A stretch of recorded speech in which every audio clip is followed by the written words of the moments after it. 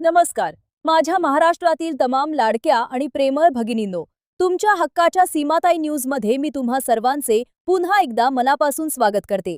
भगिनींनो, April महिना अर्धा संपत आलाय आणि आता सर्वांच्या नजरा मार्चच्या प्रलंबित हप्त्याकडे लागल्यात. सध्या दोन महत्त्वाच्या तारखांची चर्चा सुरू आहे. उद्या 14 एप्रिल म्हणजेच विश्वरत्न डॉक्टर बाबासाहेब आंबेडकर यांची जयंती आहे, तर परवा 15 एप्रिल तारीख आहे. या 2 दिवसात तुमच्या खात्यात 1500 रुपये जमा होणार का?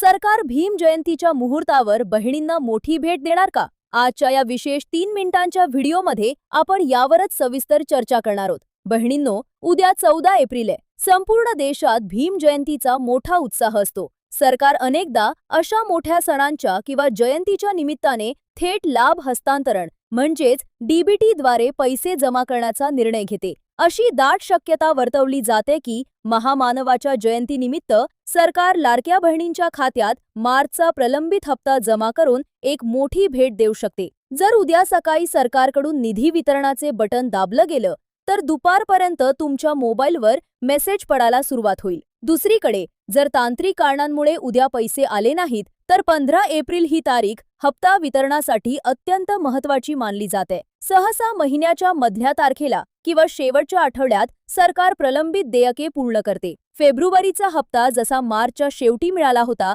तसाच मार्चचा हप्ता 15 एप्रिलच्या सुमारास जमा होईल असे संकेत मिळत आहेत. त्यामुळे उद्या आणि परवा हे दोन्ही दिवस लाडक्या बहिणींसाठी खूप महत्त्वाचे ठरणार आहेत. बहिणींनो, हप्ता 14ला येवो किंवा 15ला, पण तुमचे बँक खाते तयार आहे का? तुमचे डीबीटी स्टेटस एकदा ऍक्टिव्ह असल्याची खात्री करा. तुमच्या बँकेची EKYC पूर्ण आहे का ते पहा. जर तुमचे मागील हप्ते रखडले असतील तर यावेळेस तुम्हाला एकत्रित 3000 रुपये सुद्धा मिळू शकतात. सरकारने कोर्टाच्या कोणत्याही टिप्पणीकडे लक्ष न देता योजना सुरूच ठेवली आहे, त्यामुळे पैसे नक्की येणार यात शंका नाही. भगिनींनो, तुम्हाला काय वाटते?